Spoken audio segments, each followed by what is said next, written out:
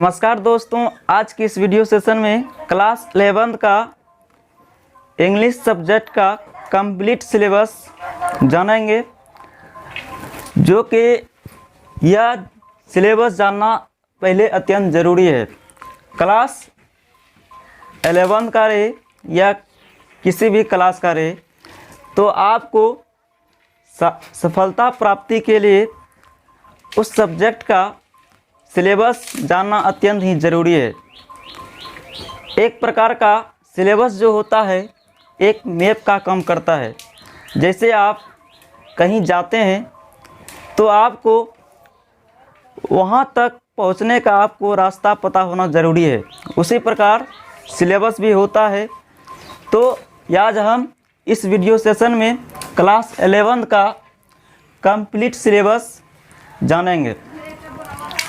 सबसे पहले हम ग्रामर की बात करें तो ग्रामर में जो हमें चैप्टर पढ़ना है, सबसे पहले काइंड्स ऑफ ग्रामर, अर्थात ग्रामर क्या होता है और ग्रामर के प्रकार अर्थात ग्रामर के कितने भेद होते हैं, इसके बारे में जानना है।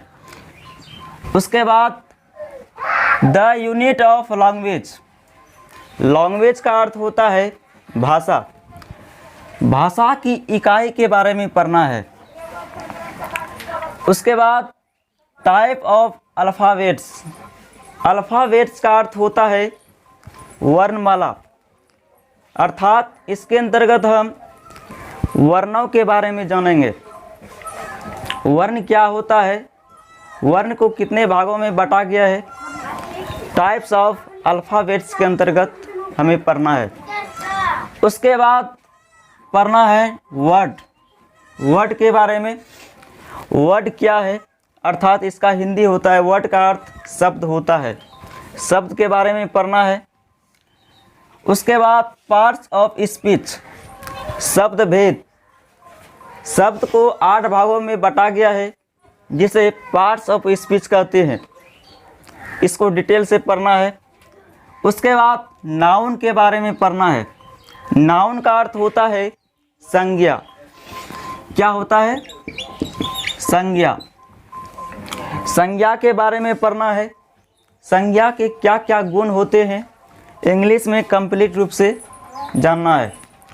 उसके बाद नंबर चैप्टर पढ़ेंगे, नंबर जिसका हिंदी होता है वचन।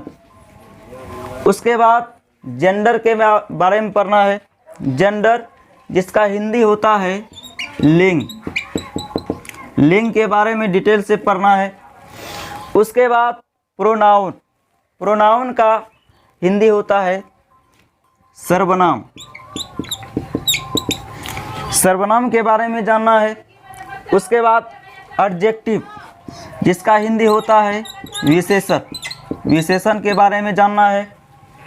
उसके बाद वॉइस, वॉइस बहुत ही 11, 12 का बहुत ही इम्पोर्टेंट चैप्टर है, जो कि इससे 2 से 3 क्वेश्चन रहते ही हैं। अभी तो अधिकतर अभी का युग जो है वस्तुनिष्ठ का है, तो वस्तुनिष्ठ में निश्चित रूप से वॉइस चैप्टर से क्वेश्चन पूछे ही जाते हैं। वॉइस का अर्थ होता है वॉच, वॉच, इसको ध्यान में रखिएगा। वॉइस के बाद आपका आएगा नरेशन, नरेशन का हिंदी होता है कथन। जब तक आप टाइम एंड टेंस नहीं पढ़िएगा, वॉइस नहीं पढ़िएगा, तो आपको नरेशन समझ में ही नहीं आएगा। इसीलिए आपको टाइम एंड टेंस पढ़ना चैप्टर अत्यंत ही ज़रूरी है। ट्रांसलेशन जो होता है, आपको अच्छी तरह से टाइम एंड टेंस का ज्ञान आना चाहिए। उसके बाद डिग्री के बारे में पढ़ना है। डिग्री का अर्थ होता है तुलना करना, डिग्री का अर्थ क्या होता है तुलना करना। उसके बाद क्वेश्चन टैग, क्वेश्चन टैग एक चैप्टर है इंग्लिश का, इससे भी वस्तुनिष्ठ में क्वेश्चन पूछे जाते हैं और सब्जेक्टिव में भी पूछे जाते हैं। उसके बाद रिमूव टू, रिमूव का अर्थ क्या होता है, रिमूव मतलब होता है हटाना, टू यानी कि टू को हटाना है। उसके बाद वोकाबुलरी, वोकाबुलरी यानी कि शब्दकोश। शब्दकोश के बारे में जानना ज़रूरी है अगर इंग्लिश पढ़ते हैं।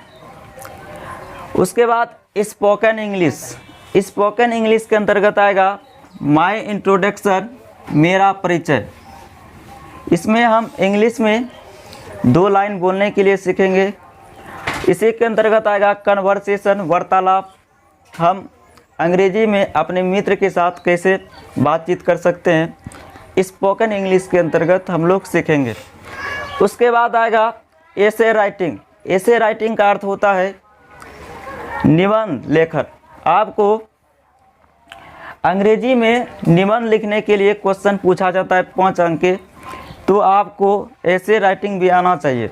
उसके बाद आता है लेटर राइटिंग। इसका हिंदी होता है पत्र लेखन।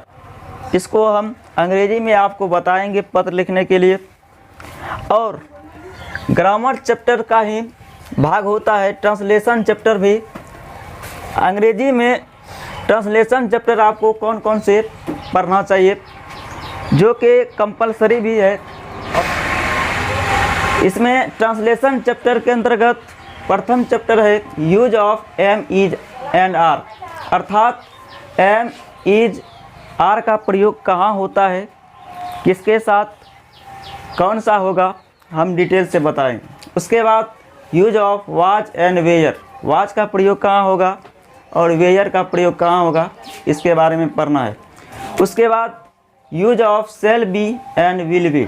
सेल का प्रयोग, सेल बी का प्रयोग कहाँ होगा, विल बी का प्रयोग कहाँ होगा, इसके बारे में पढ़ना है। उसके बाद use of a, an and the. A का प्रयोग कहाँ होगा, एन का प्रयोग कहाँ होगा और दे का प्रयोग कहाँ होगा, इसके बारे में आपको पढ़ना है। उसके बाद use of this, that, this and those. This का प्रयोग कहाँ होगा, दैट का प्रयोग कहाँ होगा, दिस का प्रयोग कहाँ होगा, दोज का प्रयोग कहाँ होगा, इसको जानना जरूरी है। उसके बाद आता है use of have and has. Have या हैज का प्रयोग कहाँ होता है, इसके बारे में जानना है। उसके बाद यूज ऑफ हैड। हैड का प्रयोग कहाँ होगा, इसके बारे में जानना है। उसके बाद यूज ऑफ शेल हैव या विल हैव के बारे में जानना है। नेक्स्ट है use of can, may, should और मस्ट। इसके बारे में डिटेल से जानना है कि कैन का प्रयोग कहाँ होगा, मे का प्रयोग कहाँ होगा, शुड का प्रयोग कहाँ होगा और मस्ट का प्रयोग कहाँ होगा। उसके बाद यूज ऑफ इट। इट का प्रयोग कहाँ होता है। उसके बाद यूज ऑफ देयर। देयर का प्रयोग कहाँ होगा, इसके बारे में जानना है। उसके बाद अंतिम है time and tense. Translation chapter का अंतिम भाग, अंतिम चैप्टर टाइम एंड टेंस, जो कि सबसे इम्पोर्टेंट है। ट्रांसलेशन बनाने के लिए किसी भी बड़े से बड़े हिंदी का अंग्रेजी में आपको ट्रांसलेशन करने के लिए टाइम एंड टेंस जानना ज़रूरी है। सबसे बड़ा चैप्टर है और बहुत ही महत्वपूर्ण चैप्टर है, जो कि इसको पढ़ना अत्यंत ही ज़रूरी होता है। ये था ग्रामर का कंप्लीट सिलेबस। अब बुक की बात करें तो बुक में क्लास 11 में रेनबो पार्ट 1, इसमें प्रोज सेक्शन होता है और पोएट्री सेक्शन होता है। प्रोज मतलब हुआ गद्य, गद्य वाला भाग, और पोएट्री का अर्थ हुआ यानी कि पद्य वाला भाग, अर्थात कहानी और कविता वाला जो होता है। उसके अंतर्गत आपको पहले प्रोज सेक्शन में आपको ऑथर्स इंट्रोडक्शन यानी लेखक परिचय के बारे में जानना है। स्टोरी डिस्क्रिप्शन, अर्थात आप जो कहानी पढ़ेंगे उस कहानी के बारे में जानना ज़रूरी है। समरी, वो जो कहानी पढ़ेंगे उसका समरी। समरी का अर्थ होता है सारांश। समरी का अर्थ सारांश होता है। उसके बाद वर्ड मीनिंग, जैसे उस जो कोई भी चैप्टर पढ़ेंगे तो उसका वर्ड मीनिंग आपको भी याद रखना ज़रूरी है। उसके बाद पोएट्री सेक्शन में आपको पोएम डिस्क्रिप्शन, अर्थात कविता के बारे में जानना है। उसके बाद पोएट इंट्रोडक्शन यानी कि कवि का जो परिचय है, कवि के बारे में जानना है। उसके बाद समरी, सारांश और वर्ड मीनिंग, जो भी चैप्टर पढ़ेंगे क्लास 11 में उस चैप्टर का महत्वपूर्ण वर्ड मीनिंग जो है उसको याद रखना है। तो ये था कंप्लीट 11th का सिलेबस 100 मार्क्स का, जो कि आपको जानना ज़रूरी था। तो मिलते हैं किसी नेक्स्ट वीडियो में, तब तक के लिए जय हिंद, वंदे मातरम।